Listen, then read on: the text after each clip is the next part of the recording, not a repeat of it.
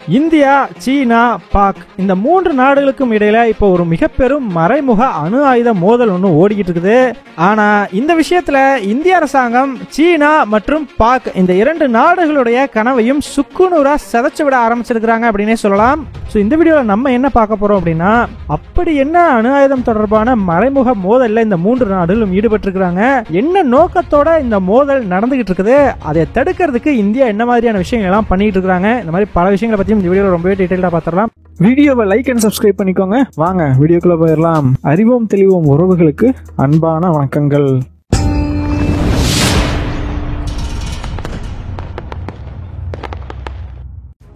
முதல் விஷயமா, கடந்த ஒரு 4 நாட்களுக்கு முன்னாடி சீனாவிலிருந்து பாகிஸ்தானை நோக்கி போய்கிட்டு இருந்த ஒரு கப்பலை இந்திய அரசாங்கம் மும்பையில் இருக்கக்கூடிய நவசேவா போர்ட்ல வச்சு வழிமறிச்சு பிடிச்சாங்க. எதற்காக இந்த கப்பல் வழிமறிக்கப்பட்டது அப்படின்னு கேட்டீங்கன்னா, பாகிஸ்தானில் இருக்கக்கூடிய காஸ்மோஸ் இன்ஜினியரிங் அப்படிங்கிற ஒரு கம்பெனிக்கு இந்த கப்பல் ஒரு பொருளை ஏற்றிட்டு போயிருந்திருக்குது. ஸோ இந்த காஸ்மோஸ் இன்ஜினியரிங் கம்பெனி பார்த்தீங்கன்னா பாகிஸ்தானுடைய ராணுவத்துக்கு தேவையான ஆயுதங்கள் தொடர்பான பல விஷயங்களை தயாரிச்சு கொடுக்கக்கூடிய ஒரு கம்பெனி. ஸோ அந்த கம்பெனிக்கு இந்த கப்பலில் போகவுமே இந்திய அரசாங்கத்துக்கு டவுட் வந்துருச்சு, இது என்ன பொருளா இருக்கும் அப்படின்னு சொல்லி.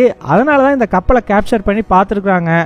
அப்பதான் சிஎன்சி அப்படின்னு சொல்லக்கூடிய கம்ப்யூட்டர் நியூமெரிக்கல் ஆபரேட்டர் அப்படிங்கிற ஒரு மெஷினை இந்த கப்பல் மூலமா பாகிஸ்தானோட காஸ்மோஸ் இன்ஜினியரிங் கம்பெனிக்கு கொண்டு போக முயற்சி பண்ணது தெரிய வந்திருக்குது. ஏன்பா இதுல என்னப்பா இருக்குது, ஒரு கம்பெனின்னு இருந்தா சில பொருட்களை வெளிநாட்டுல இருந்து வாங்குறதானே அப்படின்னு கேட்டீங்கன்னா அதுதான் இல்ல. ஸோ இங்க இந்தியாவோட குற்றச்சாட்டு என்ன அப்படின்னு பாத்தீங்கன்னா, இந்த சிஎன்சி அப்படிங்கக்கூடிய மெஷின் அணு ஆயுதம் தயாரிக்கிறதுக்கு மிகப்பெரிய அளவுக்கு பயன்படும். ஸோ பாகிஸ்தான் ராணுவம் அணு ஆயுதத்தை அதிக அளவுக்கு தயாரிக்கிறதுக்கு தான் இந்த மெஷினை வாங்கியிருக்கிறாங்க அப்படிங்கிறது இந்தியாவோட குற்றச்சாட்டு. அது மட்டும் இல்ல, இந்த மிஷினை தயாரிச்சது என்னமோ இத்தாலியை சேர்ந்த ஒரு கம்பெனி தான். ஆனா அந்த கம்பெனிகிட்ட இருந்து சைனா வாங்கி அதன் பிறகு சைனாவிலிருந்து இங்க பாகிஸ்தானுக்கு இந்திய பெருங்கடல் மூலமா அனுப்பி வச்சிருந்திருக்காங்க.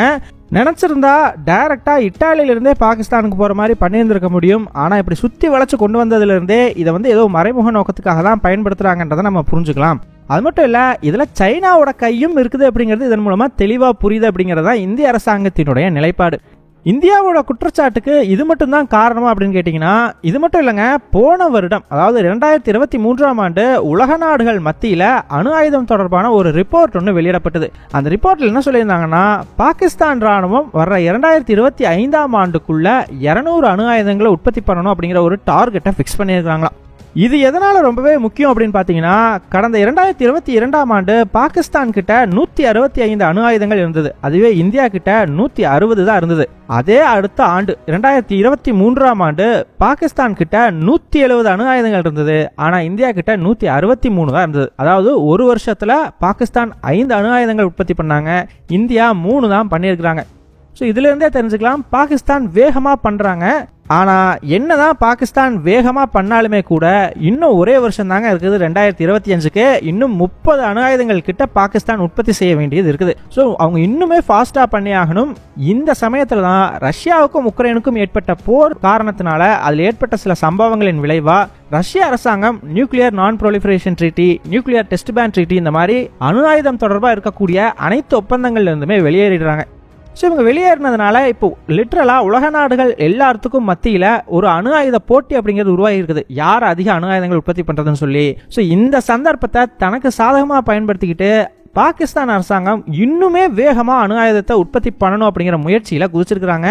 அதன் விளைவாதான் இந்த சிஎன்சி அப்படின்னு சொல்லக்கூடிய கம்ப்யூட்டர் நியூமெரிக்கல் ஆபரேட்டர் அப்படிங்கிற ஒரு மெஷினை வாங்கியிருக்கிறாங்க. இதை பத்தி பாகிஸ்தான் அரசாங்கத்துக்கிட்ட கேட்டப்போ அவங்க என்ன சொல்லியிருக்காங்கன்னா, இந்த சிஎன்சி மிஷினை இங்க இருக்கக்கூடிய கம்பெனி வாங்கினதுக்கு முக்கிய காரணம் அவங்க லேத் ஆபரேஷன்ல யூஸ் பண்றதுக்காக தான் வாங்கியிருக்காங்க. ஸோ இந்த லேத்துல கட்டிங் எல்லாம் பண்ணுவாங்க இல்லையா, அதற்கும் இந்த மிஷினை யூஸ் பண்ணலாம். ஸோ அதுக்கு தான் வாங்கியிருக்கிறோம் அப்படின்னு சொல்லியிருக்காங்க. ஸோ இந்த இடத்துல தான் நம்ம முக்கியமான ஒரு விஷயத்த நோட் பண்ணணும். இந்த சிஎன்சி அப்படிங்கிற மிஷினை அணு ஆயுதம் தயாரிக்கிறதுக்கும் பயன்படுத்தலாம், இந்த மாதிரி சாதாரணமான லேத் ஒர்க்ஸ்க்கும் பயன்படுத்தலாம். ஸோ அணு ஆயுதம் தயாரிக்கிறதுக்கு இதை எப்படி பயன்படுத்துவாங்க அப்படின்னு பார்த்தீங்கன்னா, யூஸ்வலா அணு ஆயுதம் தயாரிக்கணும் அப்படின்னா யுரேனியம் அப்படிங்கிற ஒரு மூலக்கூறை ரொம்ப பியூரா பிரிச்செடுக்கணும் இல்லையா, அதற்காக அந்த யுரேனியத்தை ஒரு சிலிண்டர் மாதிரியான அமைப்புக்குள்ள போடுவாங்க. அந்த சிலிண்டர் அமைப்பு வேகமா சுத்தும். அப்படி சுத்தும் பொழுது அந்த யுரேனியம் தனியா பியூரா பிரிஞ்சு வந்துடும். அதைத்தான் அணு ஆயுதத்தில் பயன்படுத்துவாங்க.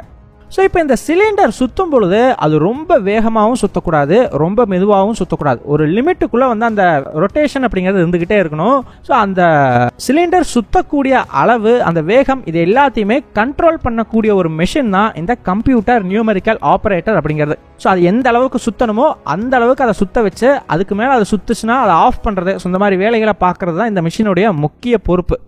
எல்லோருக்குமே ஒரு முறை இஸ்ரேல் அரசாங்கம் ஈரானோட நியூக்ளியர் ஃபெசிலிட்டியை ஒரு கம்ப்யூட்டர் வைரஸ் மூலமா அழிச்சது கேள்விப்பட்டிருப்பீங்க அப்படின்னு நினைக்கிறேன். நம்ம கூட அதை பத்தி டீடைல்டா வீடியோ போட்டிருக்கோம். ஸோ இந்த மாதிரி அது எப்படி தயாரிக்கிறாங்க, அது எப்படி இஸ்ரேல் அரசாங்கம் அழிச்சாங்க அப்படிங்கிறதெல்லாம் பத்தி அந்த வீடியோட லிங்க் டிஸ்கிரிப்ஷன்ல கொடுக்குறோம், மிஸ் பண்ணாம பாருங்க.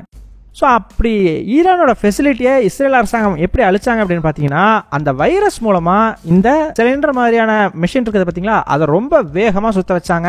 ஸோ இது வந்து சென்ட்ரிஃபியூஜ் மிஷின் அப்படின்னு சொல்லுவோம். ஸோ அப்படி அது வேகமாக சுற்றும் பொழுது ஆட்டோமேட்டிக்காக ஹீட் ஆகும். அந்த ஹீட்டில் தான் அந்த நியூக்ளியர் ஃபெசிலிட்டி அழிஞ்சு போச்சு. ஸோ இந்த மாதிரி ஒரு விஷயம் நடந்துடக்கூடாது, அந்த மாதிரி வேகமாக சுற்றி ஹீட் ஆகிடக்கூடாது அப்படிங்கிறதுக்காக தான் இந்த பர்டிகுலர் கம்ப்யூட்டர் நியூக்ளியர் கண்ட்ரோலர் அப்படிங்கிற ஒரு மிஷினை வாங்கி பயன்படுத்துவாங்க. அதே சமயம் இந்த லேத்தில் எல்லாமே கூட இந்த மெஷினை அந்த கட்டிங் பண்ணுறாங்க இல்லையா, அவங்க எவ்வளோ கட் பண்ணணும், இவ்வளோ தான் கட் பண்ணணும், இத்தனை டைம் தான் கட் பண்ணணும் அப்படிங்கிற மாதிரி ஃபிக்ஸ் பண்ணுறதுக்கு இதே மிஷினை வந்து பயன்படுத்துவாங்க.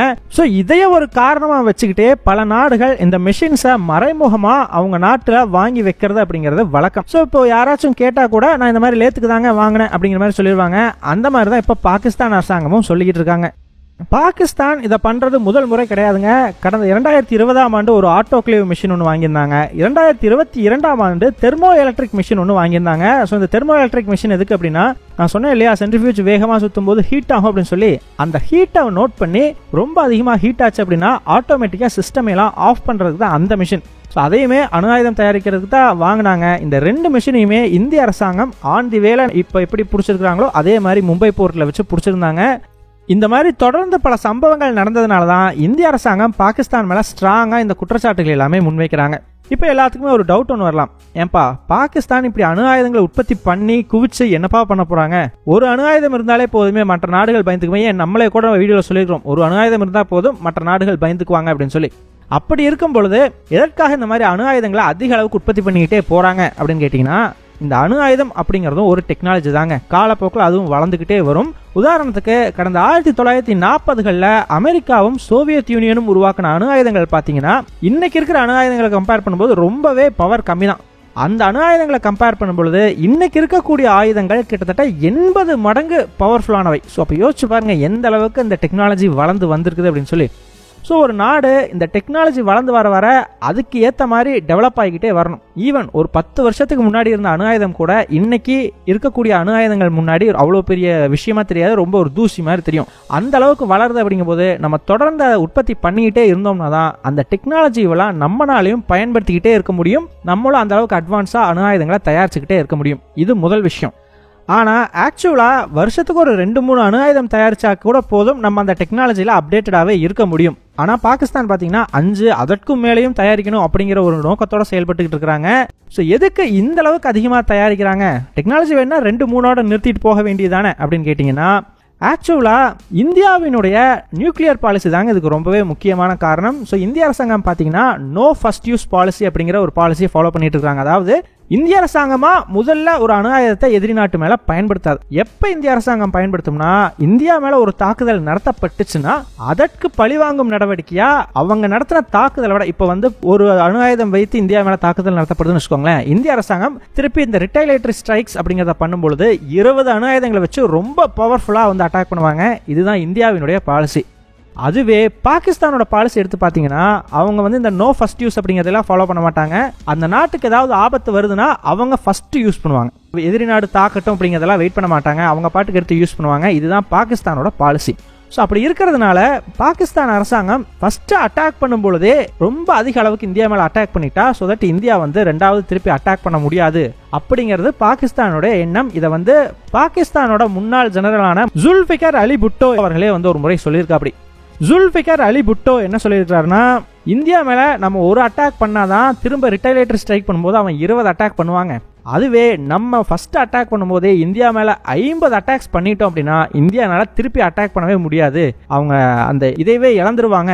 ஸோ நம்ம எந்த அளவுக்கு அதிகமா இந்த அணு ஆயுதங்களை உற்பத்தி பண்ணி அதே சமயம் டெக்னாலஜி அப்டேட் பண்ணி பவர்ஃபுல்லா அந்த அணு ஆயுதங்களை வச்சிருக்கிறோமோ அந்த அளவுக்கு பாகிஸ்தானுக்கு நல்லது அப்படிங்கிற மாதிரி அவர் பேசியிருக்கிறார். அப்படி ஸோ இதுதான் பாகிஸ்தான் அரசாங்கமும் சரி ராணுவமும் சரி அதிக அளவுக்கு அணு ஆயுதங்களை உற்பத்தி செய்யணும்னு நினைக்கிறதுக்கான காரணம். ஸோ இந்த மாதிரி இந்தியாவை சுற்றி இருக்கக்கூடிய 2 நாடுகள் பாகிஸ்தான், இன்னொரு பக்கம் சைனா, இந்த 2 சைடுமே அணு ஆயுதங்களை அதிகமாக உற்பத்தி பண்ணணும் அப்படின்னு நினைக்கிறதுனால இப்போ இந்திய அரசாங்கமும் அணு ஆயுதங்களை அதிக அளவுக்கு உற்பத்தி பண்ணலாம் அப்படிங்கிற முடிவுக்கு வந்திருக்கிறதா சொல்லப்படுது. அது மட்டும் இல்லை, இன்னும் பவர்ஃபுல்லாக பக்காவாக டெக்னாலஜி அப்டேட்டடாகவும் அணு ஆயுதங்களை தயாரிக்கணும். அதே சமயம் இந்தியா தயாரிக்கக்கூடிய அணு ஆயுதம் சைனா வரைக்கும் ரீச் பண்ணணும், அதற்கு உகந்த மிசைல்ஸ் அப்படிங்கிறத தயாரிக்கிறதுலையும் இந்தியா குறிப்பாக செயல்பட்டு இருக்கிறதா சொல்லப்படுது. காரணம், சைனா தான் பாகிஸ்தானுக்கு தேவையான எல்லா உதவிகளும் பண்றாங்க இல்லையா. அவங்களுக்கு அணு ஆயுதம் தயாரிக்கிறதுக்கு தேவையானதை வாங்கி கொடுக்குறாங்க, அவங்களுக்கு மிசைல் டெக்னாலஜியை கொடுக்குறாங்க. இந்த மாதிரி பல விஷயங்களை சைனா பண்றதுனால இந்தியா இப்போ டைரக்டா சைனாவை நோக்கி தன்னுடைய குறியை திருப்பி இருக்கிறாங்க. இதே காரணத்துக்காக தான் இந்திய அரசாங்கமும் இந்திய பெருங்கடலில் இருக்கக்கூடிய தன்னுடைய ஆதிக்கத்தை பயன்படுத்தி பாகிஸ்தான் கிட்ட இந்த மாதிரி அணு ஆயுதங்கள் தயாரிக்கிறதுக்கான எந்த ஒரு பொருளும் போக விடாம முடிஞ்ச அளவுக்கு தடுக்க முயற்சி பண்ணிட்டு இருக்கிறாங்க. ஸோ இப்போ இதனாலேயே பார்த்தீங்கன்னா ஒரு சைலண்டான அணு ஆயுத போட்டி அப்படிங்கிறது உலக நாடுகள் முழுசாவுமே பரவி இருக்குது. ஸோ இந்த அணு ஆயுதம் வைத்திருக்கக்கூடிய எல்லா நாடுகளும் கொஞ்சம் அமைதி காத்து பொறுமையோட இந்த அணு ஆயுதங்களை பயன்படுத்தாமல் எந்த பிரச்சனையும் இல்லாமல் சுமூகமாக போவாங்க அப்படிங்கிறத நம்ம நம்புவோம். ஸோ இந்த வீடியோ பற்றி நீங்கள் என்ன நினைக்கிறீங்க? பாகிஸ்தான் அரசாங்கம் உருவாக்குற மாதிரி இந்திய அரசாங்கமும் அதிக அளவுக்கு அணு ஆயுதங்களை உருவாக்கணுமா? உங்களுடைய கருத்துக்களை மறக்காம கமெண்ட்ஸ் சொல்லுங்க. எங்க டெலிகிராம் சேனல் லிங்க் டிஸ்கிரிப்ஷன்ல கொடுக்குறோம், இன்ட்ரெஸ்ட் இருக்கிறவங்க ஜாயின் பண்ணிக்கோங்க. ரொம்ப முக்கியமான செய்திகள் அதில் பகிரப்படும். வீடியோ பிடிச்சிருந்ததுன்னா லைக் பண்ணிக்கோங்க, சப்ஸ்கிரைப் பண்ணிக்கோங்க. இதன் மூலமா எங்களுடைய வீடியோஸ் இன்னும் நிறைய பேருக்கு போய் சேரும். முடிஞ்சா உங்களுடைய ஃப்ரெண்ட்ஸு கிட்டையும் நிறைய ஷேர் பண்ணிக்கோங்க. இது எங்களுடைய உழைப்புக்கு நீங்க கொடுக்குற ஒரு ரிவார்டா இருக்கும். நன்றி.